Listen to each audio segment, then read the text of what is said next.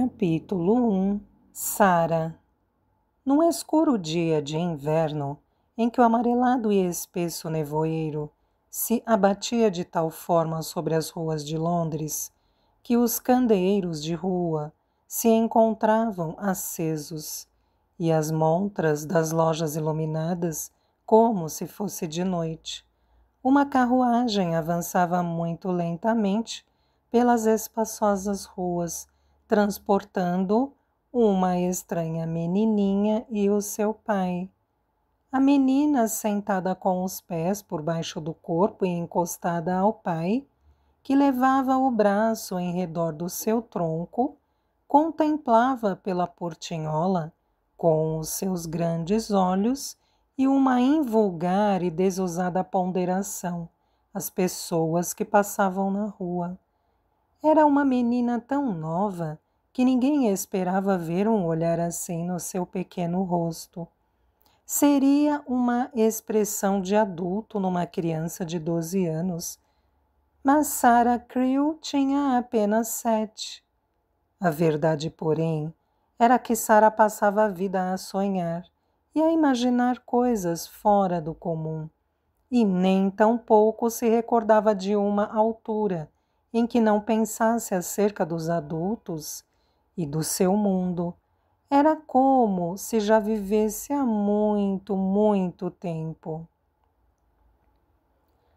Naquele momento, Sarah recordava a viagem de Bombaim para Londres, que acabara de fazer com o seu pai, o capitão Creel.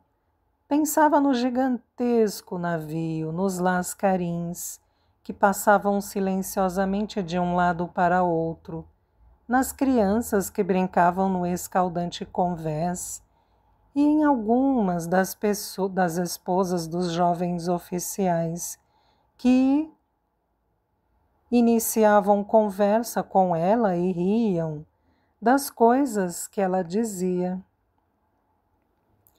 Pensava, sobretudo, em como era estranho que, no momento, estivesse na Índia sob o sol abrasador, depois, no meio do oceano, e em seguida num veículo estranho, a percorrer ruas desconhecidas, onde o dia era tão escuro quanto a noite. Achou isso de tal forma intrigante que se chegou mais perto do pai.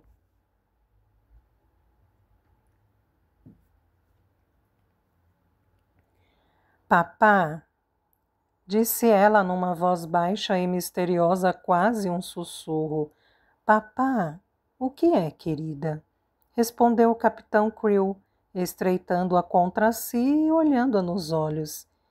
Em que está pensando a minha Sara? É este o lugar? Murmurou ela, enroscando-se ainda mais ao pai. É aqui, papá? Sim, querida, é aqui, chegamos, enfim. E embora ela apenas tivesse 7 anos, percebeu a tristeza na voz do pai. Parecia-lhe que já há muitos anos que ele começara a prepará-la para o lugar, como ela sempre lhe chamara. A mãe morrera ao dar à luz, por isso nunca a conhecera ou sentira a falta dela. O seu jovem, elegante, rico e carinhoso pai era aparentemente o único familiar que lhe restava no mundo. Sempre tinham brincado juntos e gostavam muito um do outro. Sara só sabia que ele era rico porque algumas pessoas, crendo que ela não as escutava, o tinham dito. Acrescentando que, quando ela fosse grande, também seria rica. Não entendia muito bem o que significava ser rico. Sempre vivera num bonito bangalô e habituara-se a ver muitos criados que lhe faziam salamaleques, a tratavam por menina saíbe e a deixavam fazer todas as suas vontades. Tivera brinquedos e animais de estimação e uma aia que a venerava, e aos poucos aprendera que as pessoas ricas tinham aquelas coisas. Contudo, sobre a riqueza era tudo o que sabia. Durante a sua ainda curta vida, apenas uma coisa a perturbara: o lugar para onde um dia seria levada. O clima da Índia era pouco propício às crianças, por isso, o mais cedo possível, eram enviadas para longe, em geral, para a Inglaterra e para um colégio. Sara vira outras crianças partir e ouvira os seus pais e mães falarem das cartas que elas recebiam. Sabia que também um dia haveria de partir. E embora as histórias que o pai contava sobre a viagem e o novo país, por vezes a tivessem entusiasmado, perturbara-lhe a ideia de que o pai não ficasse com ela.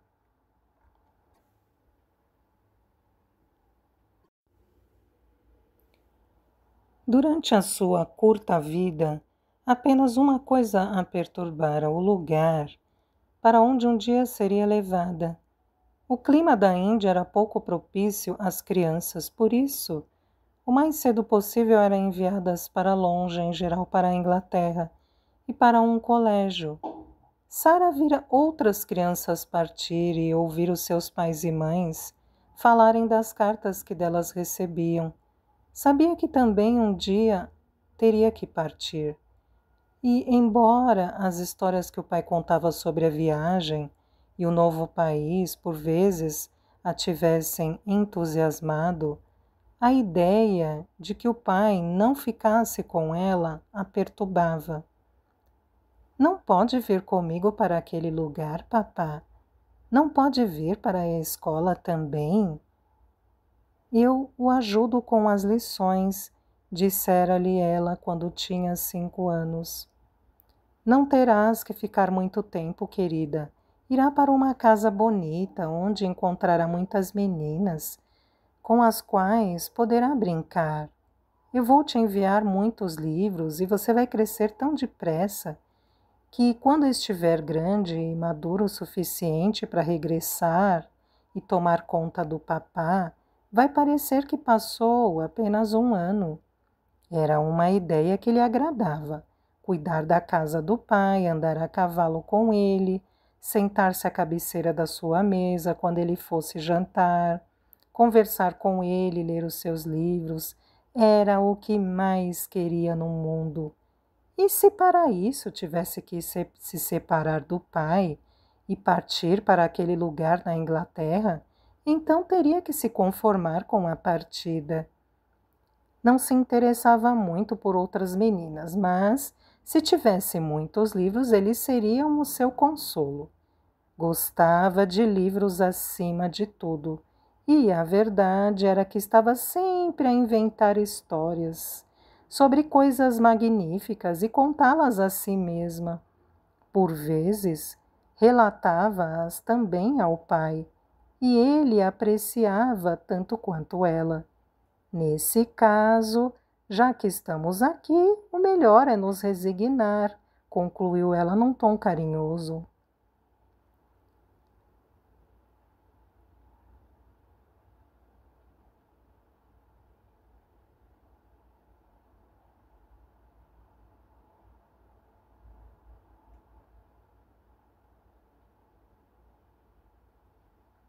O capitão Crew riu do discurso antiquado da filha e beijou-a.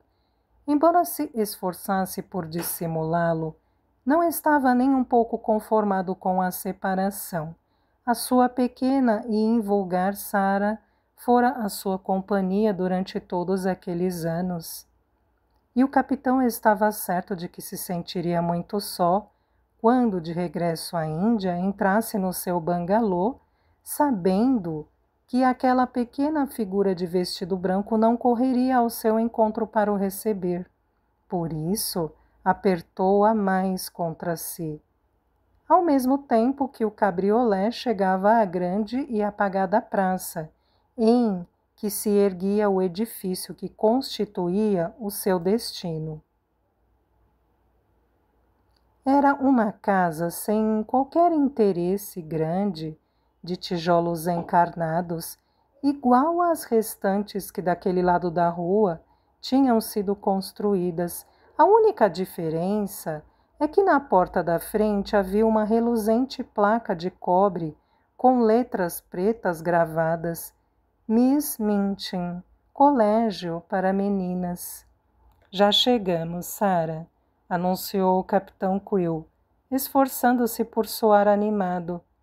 Ajudou-a então a descer do cabriolé, subiram os degraus e tocaram a campainha. Nos tempos que se seguiriam, ocorreu muitas vezes a Sarah que de alguma forma a casa era o retrato de Miss Minchin. Apesar de respeitável e bem arranjada, tudo nela era feio. Os cadeirões pareciam ter ossos duros sob o estofo. No vestíbulo, tudo tinha um ar severo e polido. Até mesmo as faces rosadas da lua cheia, que servia de mostrador ao grande relógio de canto. A sala de visitas, na qual foram convidados a entrar, exibia um tapete com um padrão quadrangular.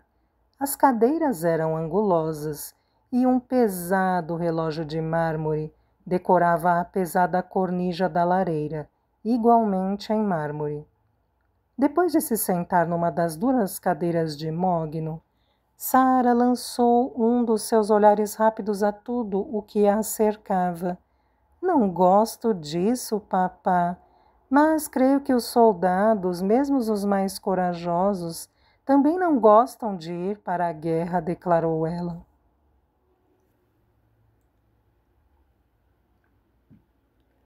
O capitão Krill não pôde deixar de se rir do comentário da filha. Era um homem jovem e alegre, e nunca se cansava de ouvir as tiradas de Sarah. Oh, minha pequena Sarah, que vai ser de mim quando não tiver ninguém para me dizer coisas tão sensatas? Não existe ninguém tão sensato e sério como você. Mas por que é que as coisas sérias o fazem rir? Perguntou Sarah. Porque você diz de uma forma muito engraçada, explicou ele rindo ainda mais. De repente, lançou os braços ao redor dela e beijou-a com muita força, parando de rir. Os seus olhos pareciam marejados de lágrimas. Foi nesse momento que Miss Minchin entrou na sala.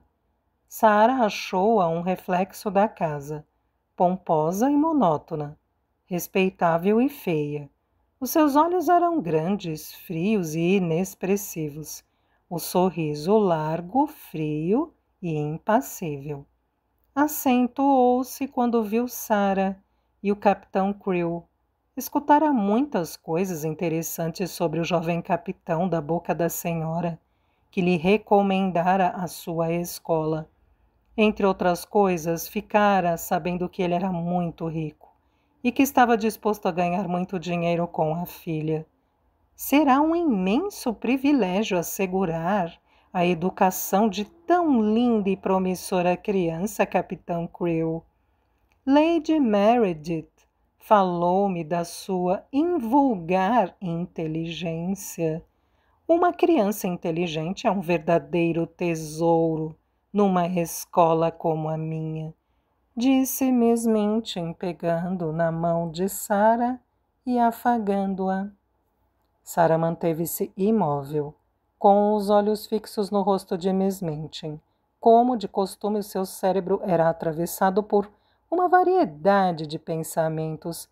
Por que diz ela que sou uma criança bonita? Perguntava-se Sarah. Não sou nem um pouco bonita. A neta do coronel Grande, Isabel, ela sim é bonita. Faz covinhas nas bochechas rosadas e tem o cabelo comprido da cor do ouro. Eu tenho o cabelo curto e preto e olhos cinzas esverdeados. Além disso, sou magra e estou longe de ter a pele clara. Sou uma das crianças mais feias que já vi. Quer me parecer que Miss Minchin está mentindo. Enganava-se, contudo, ao pensar que era uma criança feia. Não se parecia, é certo, com Isabel Grande, que fora a beldade do regimento, mas era possuidora de um encanto muito próprio. Era uma menina esguia, ágil, alta para sua idade e tinha um rosto bastante atraente e expressivo. O cabelo negro e forte apenas encaracolava nas pontas. Os olhos, de um cinzento esverdeado, eram grandes e espantosos, com longas pestanas negras, e embora a cor dos mesmos pudesse desagradar a Sarah, muita gente a apreciava.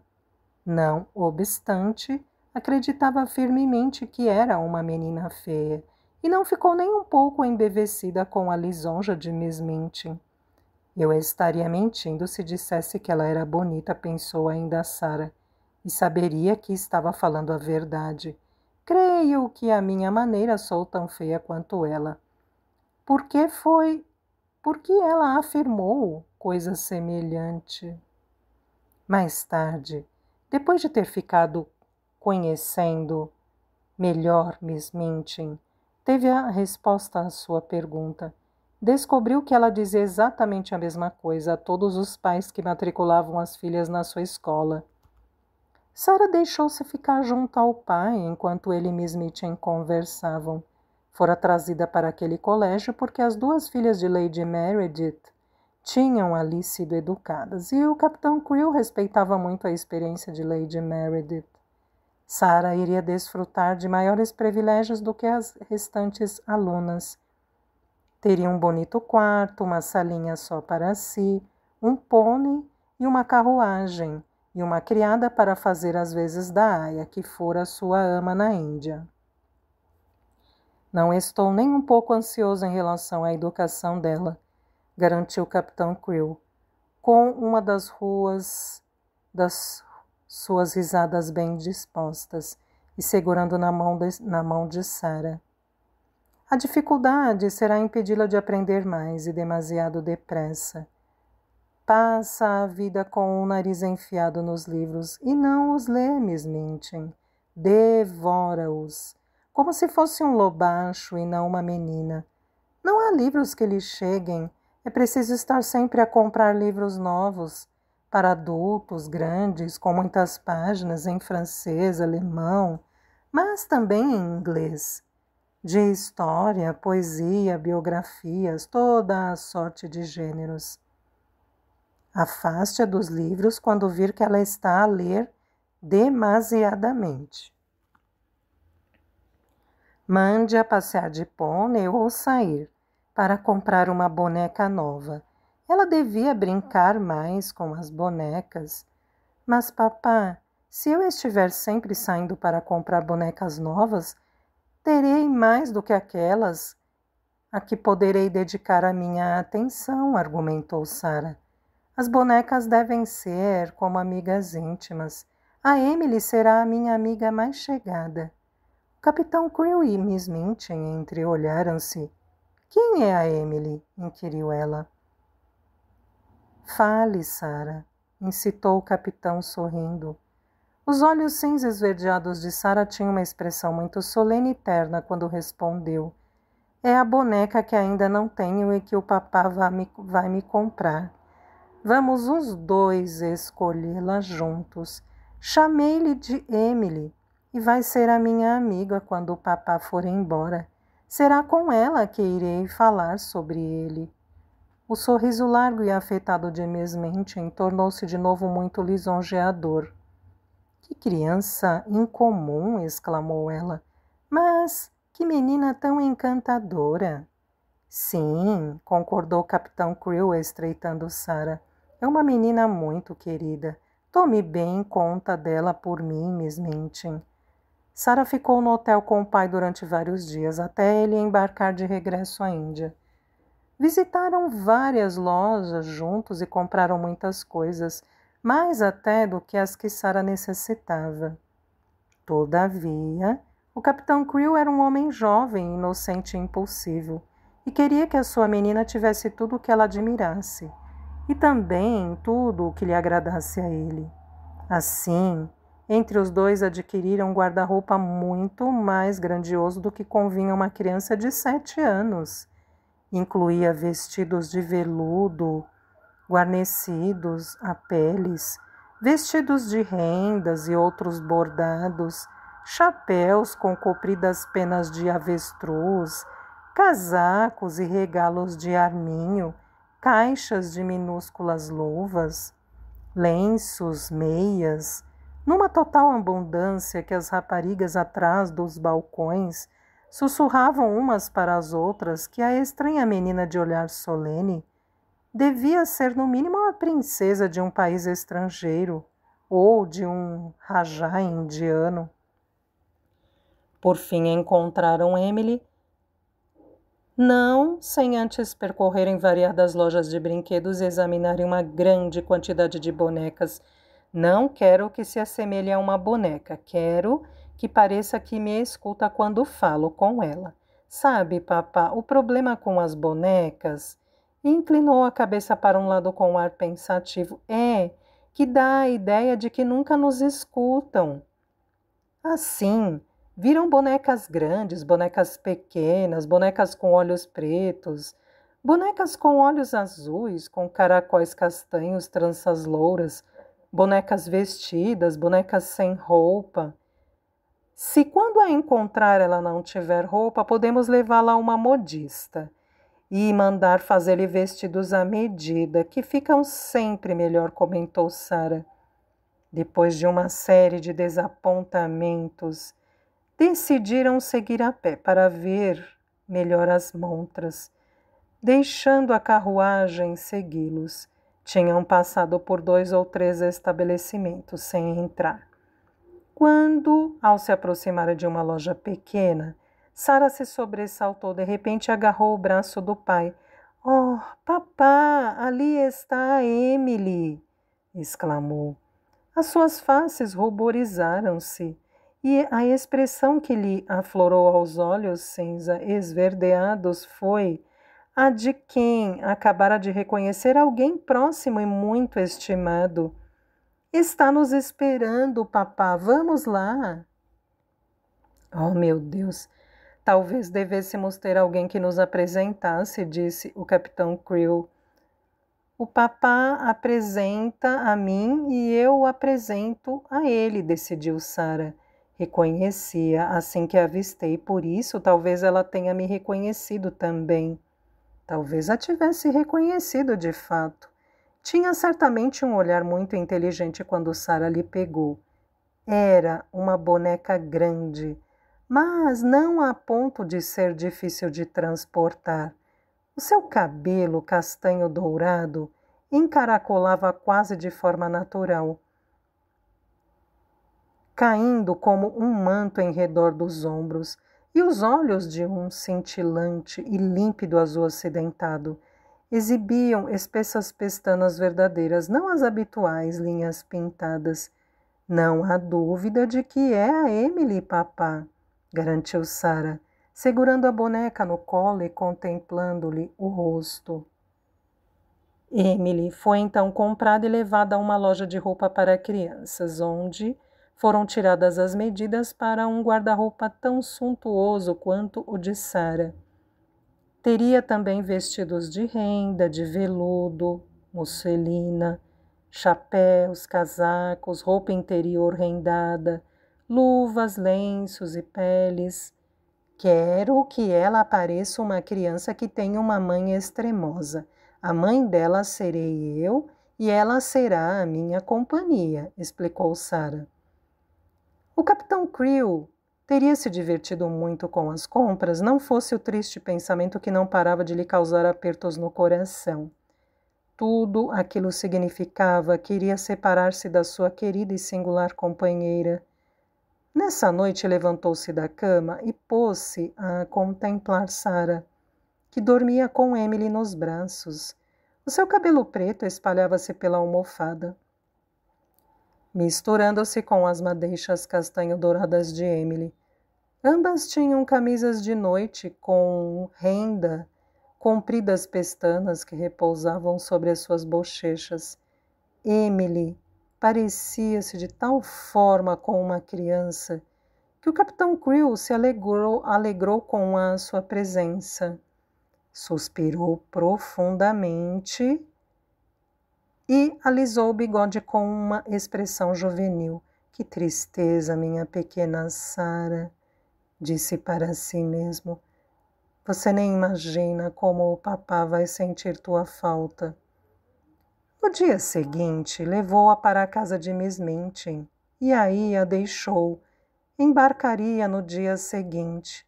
Explicou a Miss Minchin que os seus advogados, Barrow e Skipworth, encarregados dos seus negócios na Inglaterra, lhe prestariam qualquer conselho de que ela precisasse e pagariam todas as despesas de Sara. Escreveria 2 vezes por semana à filha, a quem todas as vontades deveriam ser feitas. É uma criança muito sensata e nunca pede nada que não seja prudente lhe dar, explicou ele. Juntou-se então a filha na sua pequena sala de estar e despediram-se. Sentada no colo dele, Sara agarrou o pai pelas lapelas do casaco e olhou intensamente.